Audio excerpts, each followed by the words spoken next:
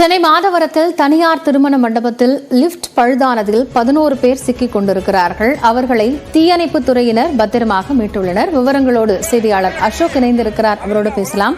அசோக், இப்போ சிக்கிக் கொண்ட அனைவரும் மீட்கப்பட்டிருக்காங்க. ஏதேனும் பாதிப்பு இருக்கிறதா? என்ன தகவல்?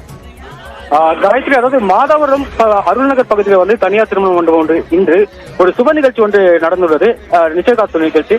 இந்த நிகழ்ச்சியில லிப்டில பாத்தீங்கன்னா ஒரு 7 பெண்கள், அதாவது வயதானவர்கள் 7 பேரும், அதே மாதிரி ஆண்கள் ஒரு 4 பேர் லிப்டில சிக்கிக் கொண்டாங்க. உடனே அந்த சுப நிகழ்ச்சி உள்ளவர்கள் தீயணைப்புத்துறை, மாதவரம் தீயணைப்புத்துறைக்கு தகவல் தெரிவித்தனர். சம்பவ இடத்துக்கு வந்த தீயணைப்பு வீரர்கள் 6க்கும் மேற்பட்டவர்கள் லிப்டை உடைக்கும் பணியில கிட்டத்தட்ட ஒரு அரை மணி நேரமாக முயற்சி செய்து அவங்களை 11 பேருமே பத்திரமாக மீட்கப்பட்டிருக்கு.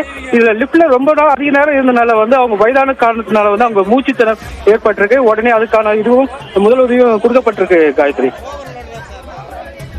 நன்றி அசோக், இது குறித்த தகவல்களுக்கு.